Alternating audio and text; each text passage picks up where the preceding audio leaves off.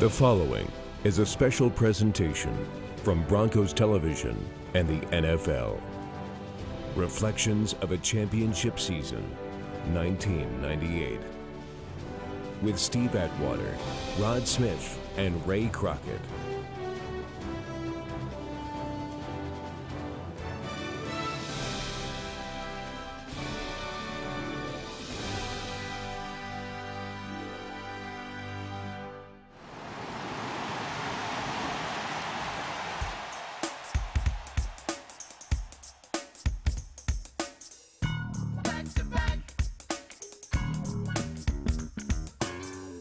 After winning Super Bowl XXXII, there was no question the Denver Broncos had both the talent and the temperament to win back-to-back world championships. Hey, we're gonna look at the 1998 highlights, go back down memory lane a little bit. But before we talk about the 98 season, what was it like winning that first Super Bowl? And then what was your mindset like going into that 98 season, knowing that you were a part of the first team that have actually had a chance to win a Super Bowl for the Denver Broncos? It's one thing when you're out there hunting, but it's another thing when they hunt you. And now Everybody was hunting us. Yes. And so Lily, you know me, I was the all-season guy here, and our off-season that year was way better than the previous year because now we had something to lose. It's one thing when you got something to gain, but now we got something to lose. And we went into the season, man, with a completely different thought process. Any new guy that came on quickly adopted what we were doing. They didn't bring none of their old baggage because remember, we were the champs. We were who everybody wanted to be a part of it. So it was great going into that second season. When we won our first ring, nobody was really showing it off and wearing it and all that. We went straight on a mission to go back to back. We went straight up with the attitude of let's go get another. If Denver was to survive the road back to the Super Bowl, it would take the commitment of the entire team and a head coach like Mike Shanahan, who would not allow for complacency. Man, the one thing we're going to have to do as a team is learn how to finish plays. But doing what we did today, man, was a farce. That's not the way we operate around here. You guys want to be a 500 football team? That's the way we're going right now. You guys got to pick it up. The Broncos picked it up right from the start. The Patriots game, we ended up winning it 27-21. It wasn't really as close as the score indicates. They scored there later, but that was a pretty good game for us. And going into that game, I didn't know we were winning 13 straight. I knew we were still good. We still were very confident. But man, 13 straight, and to have an opportunity, to go for an undefeated season, that was something that was really special. Something that most teams don't get a chance to experience. But I can't say that I'm surprised, but I was extremely proud to be on that team with be able to accomplish those things. But what make it really real is this. We really one team, and as players, we can all speak to this. We really took on the one game at a time mantra. So no one knew we would go 13 straight. We only knew we were going to go 1-0. That was our goal. Exactly. We said we were going to really go about this thing because we didn't want it to make it overwhelming for ourselves. So we said, let's just, because remember, there was some talk, some people, some media people saying, you guys think you got a shot to go undefeated. You guys have the offense back. The defense gotten better. And we were just like, we're going one game at a time. We're going to try to go 1-0. And that's how we started off with this game. We learned to win games in more fashions. We were very offensive minded the first year. The second year, we won more games to me because of our defense. We played the short field. Von Hebron and those guys on special teams, we always got the ball out to 35-40, 2-3 first down, field goal range. So our scoring was up because of all three phases. And we literally took pride in that every single week as a team. It was never offense, defense, or special teams. It was all three at the same time. And remember, Steve, what was our biggest thing was coming out of that first Super Bowl. When we went into training camp, our biggest emphasis on defense was what? Turnovers. We said we had to turn the ball over more. We said with that type of offense, if we get them the ball two extra times a game, nobody will beat us. That was our mantra, Rod. Get y'all the ball two extra times and nobody will beat us. We too played against the Cowboys. We embarrassed them. Oh my God, we embarrassed them. And I'm telling you, Rod, this was the game for me because me being from Dallas, I had already told Michael Irvin. I had called Michael Irvin that week, and I was like, dude, we actually about to beat y'all by 5 touchdowns. Dude, we had the ball. No, that was my goal, for real. TD had 150 at the half. He didn't even play the second half. Right. Yeah, we had the ball. We had the ball 5 times. We had 35 points. I'm telling you, Steve, I really did. Billy Davis and Michael Irvin, who were really, really good friends of mine, both play wide receiver. I was like, dude, you guys gonna be lucky to get across the 50. Yeah. That was my bet. I mean, I really thought we were that good. And it's crazy that for us to think that way against a team who just 2 years ago won 3 out of 4 Super Bowls. Yeah. That's how quick you go down in this league, man. If anything, the defending world champions appeared even stronger. And when their Hall of Fame quarterback was hobbled with a pulled hamstring, this team had the depth to keep on winning. Bubby Brister subbed brilliantly for Elway against the Raiders, coming off the bench and throwing 2 touchdown passes. You know, it's very unfortunate not to have John, but we know Bubby was just hungry. He just wanted some reps. And we had a bunch of guys in that second tier guys, probably could have started for other teams, but they knew their role on this team and accepted it. And when Bubby got his chance to play, we didn't change the offense. We left it exactly the same, and we did the same things. We threw the same passes. He's a little bit more mobile than John. And other than that, but John ran the boots and the keepers. And actually, if you look at some of the stats, our numbers were higher with Bubby quarterback. Right. We playing against the Raiders here. Croc, you did your thing, man. You got a nice interception on that one, huh? Well, man, that's one of those, another game that, Tim Brown being from Dallas, and I always had a thing with my Dallas guys that I see in the offseason as far as the receivers, Michael Irvin, Tim Brown. Me and Tim Brown had a bet. If he scored, I had to take him to dinner. If I scored, he had to take me to dinner. That's why you notice when I took that interception, I waved over at Tim at the sideline. I was like, yeah, I'm going to eat after this one. Yeah, that was a great play. All right, man. Hey, next game, we had the Redskins, Bubby Brister again in at quarterback doing this thing. How did you guys feel about this game? Ryan, you got your first really big catch against the Redskins earlier in your career. Did you always know you were going to have good games against the Redskins? Did you feel like that? Nah, you know what? If you look at the tape, man, it was so many defensive plays that happened, and that's why I said it was the difference in the first year and the second year. We won in different fashions. TD was our horse. We was going to ride that horse, but our defense played to me way better the second year. You guys were in your own. You communicated well, and that's why we had so many more turnovers, so many more possessions. So you're trying to say we sucked the first year, right? No, I didn't say you sucked. But if we didn't have our offense, we'd have lost 2 AFC championships. All right, man. Hey, next game, the Eagles. Oh, I tore the Eagles up. 28 points in the first quarter. How the heck does that happen, man? Man, hey, it was like Ray said, we got a system on offense, and it starts with number 30.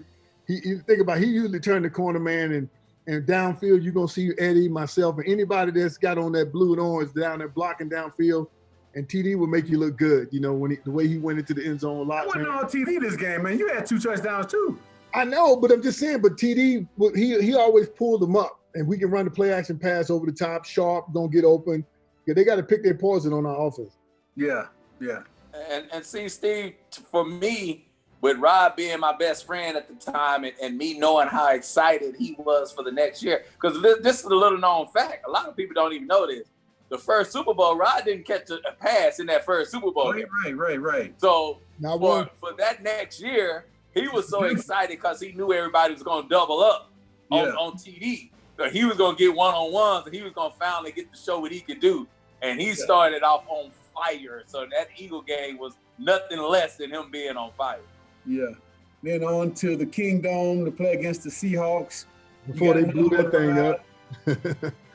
Yeah, man. You know what? I might, seriously, though, I might go into the Ring of Fame in the Kingdom for real. I used to kill it. Oh, my goodness. Dude, I got more. I'm telling you, man, against Seattle, I used to love playing Seattle, man. I used to kill the Seahawks. It was like, really? I said, I had, you know what? I found this stat out, too, just so you guys know. 3 teams we played, I had 100 catches against 3 different teams. 100 catches against they 3 was one of them. Huh? Okay. Wow. And this was one of them. 98, that was your second 1,000-yard season, wasn't it, right? Second 1,000-yard plus receiving season. I mean, I really think, too, Steve, this was a game that I feel that we as a team really started to come into our own as far as knowing. When you asked earlier, when did we know we could win 13 in a row? Yeah. I think this game was the game we really started to, as they say now, started to feel ourselves. Yeah. I think we started to say, you know what, we're pretty good, because Seattle didn't want no parts of us, and we really dominated on defense, as you can see with some of these hits that we were dishing out and sacking the quarterback. And I mean, we look, even Big Glenn pitching, Glenn got the interception. You know we were doing good. We were ready to play. But it was like you guys said, though, it was one game at a time. And it, honestly, like, we got better every game because we realized we could win in so many different ways. And we had been in so many different situations that we overcame them all. So it was a great test for us. And as every week went by, we got stronger and stronger. Yeah, and John Elway, he made it. He came back and played that game. Man, 31 points by the offense, man. 21 points by the offense, 21-16. Amazing game. Then, you know who we got again? The Jaguars. We've been looking forward to this one again ever since they beat us in '96.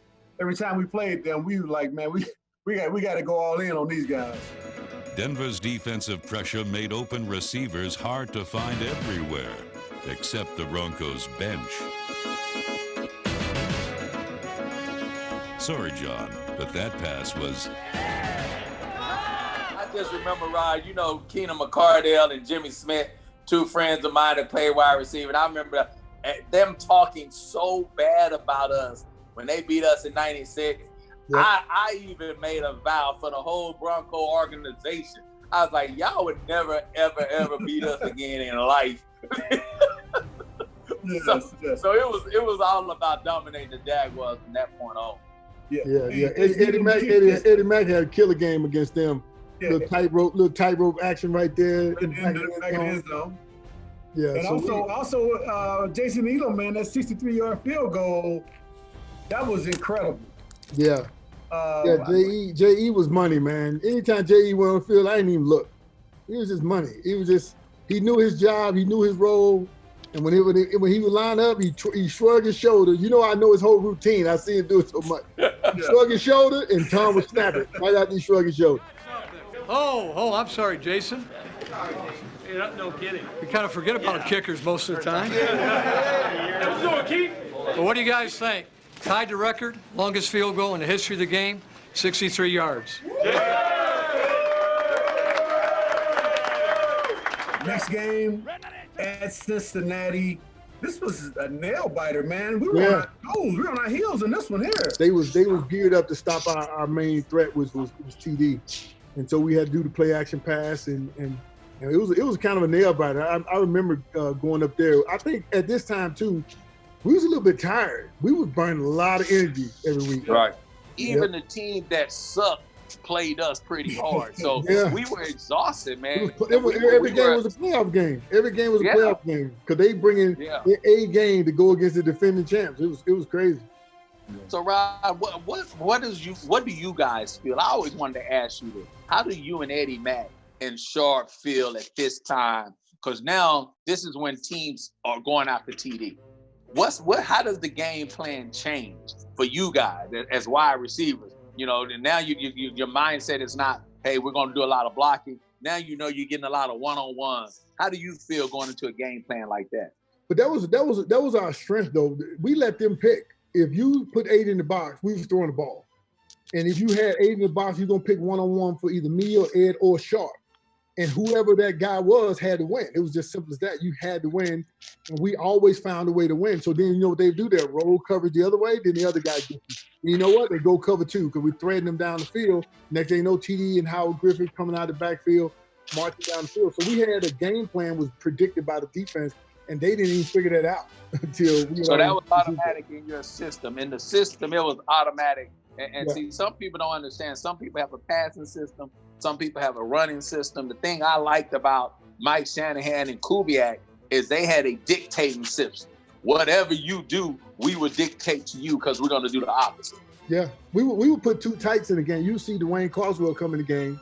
Howard Griffith go out. What would they do? They would bring their heavy package in. They bring another linebacker in. Then we go empty and throw the ball. We go five wides with TD as a receiver because TD can catch. So it'd be me, TD, Sharp, and Dwayne. Now they like, wait a minute, they got five guys. So we would always have a mismatch somewhere. And John was perfect. John or Bubby was perfect to say, oh, here's my mismatch, just take advantage. So then they would go nickel. The next time we did it, they would go nickel, and then we just run the ball right down the throat out of ISO with TD. So either way, they get the pick. Let's do this. Ooh, it's freezing out there. What's up, TD? I'm with you, man. I'm with you. I'm on your team. I'm there. You ready to roll, Tom? Yep. Another work day. It's just football, man. It's like getting cold. This is what you used to see. I used to see Broncos growing up, man. Come on. So we're 8-0 going into week 9 against the Chargers. What do you think the contribution of that offensive line was too, Rod? I mean, those guys, they were balling. They didn't talk to the media much either. They didn't talk to the media at all. That was like one of their rules. And Alex wouldn't let them. If they got found with a quote in the newspaper, they got fined. And their coach would not let them talk to the media at all. Wow. And to me, with T-Bone and all those guys, man, and Tommy, man, they was just, honestly, they was like the greatest guys because they just stuck together. They didn't care what we did. They didn't care run or pass. They was going to be pulling themselves stink. They was going to be pulling themselves up off the ground from knocking somebody down. It was awesome watching. The thing about them too, Robert, they were dirty. They didn't mind getting dirty. I mean, when you talk back then, the rules were different. When the linemen, they could actually cut you and get you down on the ground, going at your knees and your ankles. And Stink and all those guys, they knew that the teams were going to be pissed off at them for going at their knees, going at their ankles. But week in and week out, they did whatever it took. They got dirty as they had to get. They got as mean as they had to be, and they played as a complete unit. Yeah, you can see in this game, Bubby's actually the quarterback in this game. You know, against the Chargers. And I think Eddie might have 2 or 3 touchdowns, and TD ran the ball well. And like you say, up front, we was always going to be nasty up front. And here's another thing that most people none of us ever thought. Shannon was a great blocker during the whole entire season. Shannon Sharp actually stepped his game up. He's the Hall of Fame guy now, but Sharp did whatever was necessary for us to win the game. And when Sharp would get down there and get nasty if he had to, just as well. Oh, I never forget that practice. You know, we used to have to go one-on-one. And I remember messing with Sharp because in 97, he didn't block as well as he did in 98. And I remember him actually putting extra effort out at practice and talking to him about it. He's like, you know, Sharp, hey, man, Mike said I got blocked. Yeah, man. Mike said I got to put them blocking hands on him. So he changed his game. He and Romo, they used to battle. I don't know if they really, had a lot of love for each other, even though we were teammates. They used to go at it, man. I used to love to have those battles, man. Yeah. And seeing that, but that's what made us good, though. That's what made us good was that we weren't afraid to battle at practice. Yeah. We weren't afraid. And you're talking about Sharp and Romo, me and Eddie Mack. Hey, me and Eddie Mack used to leave the field cussing at each other a lot of times. Right. We used to go at it. But that's what made us better because on Sunday, it was easy. I mean, I didn't have it any harder than I did with Rod and Ed every week. With Bubby Brister subbing for an injured Elway, the Broncos pulled away in the second half. YC X skinny on one, right? Denver can blow this thing wide open. First and goal from the 7. Brister rolls right, steps up inside a defender, lobs it on the end zone. McCaffrey back of the end zone, touchdown! Oh, what a great catch by Eddie McCaffrey. His arms extended, full length above his head, tiptoeing to the back of the end zone. McCaffrey with the touchdown. And Denver extends the lead. Here's Bubby in the game again. Most people didn't realize Bubby took a lot of snaps, man. Yeah. And our offense kept clicking. What we in week 10? We still undefeated. Yep. Right. Against the Chiefs.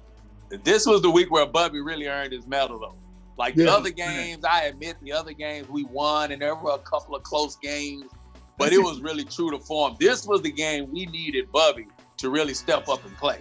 That signature run there, man. I always remember for this run, right, that run that he just made there, that long run for the touchdown. Complete some clutch passes, man. You guys on offense did a great job. But you know what, man? I got to say, our D-line, they were some dogs too, man. I look at all these films.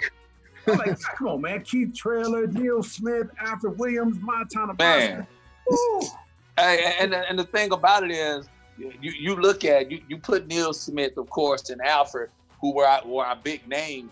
But for the most part, the rest of those guys, man, were guys that were backups or guys that just raised their game up to another level. But that's what a good championship team does. That's when you know you good, is when the other guys raise their play up around you to get, because you can't win championship games without having everybody. Yeah. But everybody has to raise their play up to the highest of their level. Maybe it's not all pro level or whatever, but it was the highest of their level, and they played that way every week. Glenn Cordres is one of those guys. Glenn Cordres may not have been a starter on other teams, but on our team, he knew his role, and every week he played. I knew what Glenn was going to give us every week. If he was going to give us his 130, whatever it was, he was going to give it to us. Denver's return matchup with the Raiders in Week 11 was even more dominating than the first, as Ma'a Tanuvasa, Alfred Williams, and Marvin Washington pressured Oakland until they snapped. Four-man rush, short drop, Hollis, pass going to be picked off. Here goes Braxton. Think of my man Chick, man. One of my favorite players I ever played with is Tyrone Braxton. Yes. That guy, man, just, a small school guy like me, but he was so humble. He knew the game so well. He worked extremely hard. And we had so many guys on our defense that people don't know. He wasn't like household names.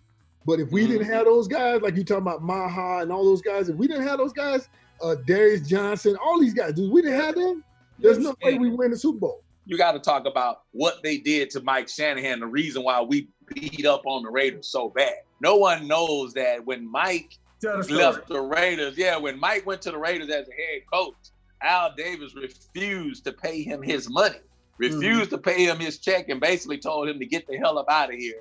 And I ain't paying you nothing for leaving because you're going to go coach at Denver, so get on out. So Mike made it a point. Raider Week became more than Raider Week. It became an anthem that the Raiders would never, ever, ever beat us while Mike was there. And while I was there, I think they may have gotten us once, maybe. I think we may have run 8 or 9 out of 10 games against the Raiders. So it was that thing when Mike wasn't taking it easy on the Raiders at any point in time of his career. One last thing I want to mention about the Raiders. You threw a pass. Absolutely. John Elway. Just so y'all know, just for the people who know this, and I want this definitely to be edited in there, I had the second best arm on the team. Okay? Stop that. John, then me, then the rest of them. I'm just telling you, dude. I'm telling you. But Marcus Nash on that play, Marcus Nash was wide open. Somebody said, why you didn't throw it to Marcus? I said, he ain't going to the Hall of Fame. I threw it to John. John got 14 yards. We got a first down, kept the drive going. But Marcus was wide open. I wasn't supposed to look at him, but I looked and he was open. I said, but they told me to throw it to John, so I threw it to John. All right, man. Next game up against the Chargers, Week 12. Another win, man. That makes it 12-0. How do we do it? Day by day, man. It's crazy because you start seeing, I'm seeing all the coaches and the people in the background, some of the people who have left the organization now. Of course, all of us are gone now. But guys just really who we'll always share this bond and no one can ever take. Every time we see each other, we put a big smile on our face because it's a point in time in our life that no one can take. And Eddie Mack went off on these guys with really just offensively. It was just one of those things that we were just kind of picking and choosing what we wanted to do that day. John Elway fired 4 touchdown passes, 2 to Ed McCaffrey, 1 to Rod Smith, and 1 more to Shannon Sharp on a play that was vintage Elway. 4:44 left in the third. Elway's in the gun. Chargers rush 3 this time. Straight zone. Elway, plenty of time. Pumps once. Avoids a tackle in the backfield. Still on his feet. Into the end zone. To the back of the end zone. Catch. Shannon Sharp. Touchdown. What a great catch. Touchdown Denver. How about John Elway? John Elway's about to get sacked, avoids the rush, spins out of it, steps back up into pressure, Denver became only the 4th team in NFL history to start the season 12-0. All right, man, moving on. Week 13. Chiefs. Another battle. We beat the Chiefs twice in the same year. That was rare. That doesn't happen that frequently. Yeah, exactly. That was rare. but this year we had their number, man, for this little stretch, because we just had our to me our defense could keep them in check, and they couldn't stop us. They could pick their poison on offense, and you'll see some of these highlights. You see the ball flying all over the place, but you don't know who's gonna be on the other end of it. You don't know if it's Sharp, you don't know if it's me, you don't know if it's Willie Green, you don't know if it's Easy Mac, you don't know who is gonna be on the other end. Point, fullback option, come back outside on one-on-one. Yeah, well, you got all go. This place is loud. Will it beat Davis? No. Play fake. Elway pressure. Steps up. Wide open shot. End zone. Touchdown, Denver! Touchdown, Broncos. They're in the lead. Great job! The streak's not done yet, folks. Great job! Elway's 47th game-saving performance gave Denver the lead, but the defense preserved it. He splits this on Gannon. Short drop. Atwater's got him. Sack! Hey, 13-0. Hey, it was becoming more reality, a possibility that we could win 16 games. Did you guys feel the pressure of that? You know, to me, the pressure was not on going 16-0. The pressure was on winning the next game. Right. In the NFL, it's hard as hell to win games. And that's what, like Crockett said, it didn't matter who we played, they bring in their best. There's no way we shouldn't dusted the Giants. But when the Giants saying this is my Super Bowl, in the Giants, but that doesn't mean we're gonna take it lightly, because we didn't. They just played better. They had some things go their way. Things that normally would have went our way didn't go our way that day. Yeah, it was like we were behind the 8 ball the whole game, and it was like we fought so hard. But here's the thing: we found a way at the end, and we made a play to give us the lead. Yeah, I remember this. We went to damn prevent defense with them. They screwed up the kickoff. We went into prevent defense. They ran 3 plays. They was at the 40. I'm like, what the hell happened? Yeah, and we should have won it. Yeah, and that's one of those games where that's what I mean by when you have to exert so much energy to get back in the game like we did, and to finally get back. It was like mentally we were just drained. It was like mentally we were done, and that's all it takes, man. Is one mistake, and that's why when you talk about what we've been discussing this whole time, we're talking about every player has to play up to his level, whatever that level is, in order for you to go 16-0, not just to be champs, but in order to go 16-0, every player has to play. And that's one time Tito just didn't play up to his level, because Tito was a way better corner than what he showed on that play. But one slip, one mental slip can cost you, and it cost us 16-0. I believe that. Well, we didn't play too well going against the Dolphins either. Just so you know, John said his hip flexor is bothering him. Just so you know, he said he can go with it. Well, what does that mean? Can he go or not go? Yeah, he can go. He won't come out. I told him to quit running if he could. But. Yeah, I'm gonna be honest. I was a team captain, and Steve was as well. Going into this Miami game, Rod, I don't know if everyone knew, but I knew the game plan. And Greg point blank said, I don't know if he told this to you, Steve. He said, we may see these guys again. That's what. So I think Mike, we may have not been deflated or whatever, but Mike had an ultimate game plan. Like, we didn't do what we were capable on defense anyway of doing that game. There were only 3 games left. So, you know, Mike, being as calculated as he is, he already looked at the scenario and he already had a feeling that we would be playing Miami again. Yeah, y'all wait 23 damn years. I ain't sorry, Rod. You were young. Your ass needed to play hard. You were young. You need to play hard every game. I was going to play hard regardless. Look, I'm down about you. I mean, I'm just saying, man, y'all could have said, hey, man, we laying the egg today. We rise again. During our house, the road to the Super Bowl is today, baby. Do it, baby. Dominate on 3. 1, 2, 3, dominate. Seahawks game, lot at stake. TDs rushed for 2,000 yards at stake, but he needed like 170-some yards because of the egg he laid the previous week, or we laid as a whole. And honestly, it all worked out. It all worked out. This is what made me really, especially being a captain of the team, what made me feel good, Steve, about our team and about our chances of going, winning the Super Bowl again, Rob, was most people don't know, Steve, in our huddle, we were doing the same thing about TD getting 2,000 yards. We were like, man, we got to turn them over. We was like, we got to get some turnovers. We was like, because TD is not going to rush for 2,000 if he don't have extra possessions. We was like, we got to get the ball back to him. So that was a total team 2,000-yard effort. Oh, yeah. I will say that honestly.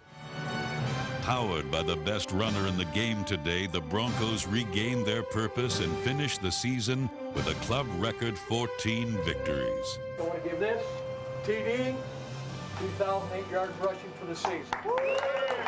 Now it was time to make back-to-back more than just a dream.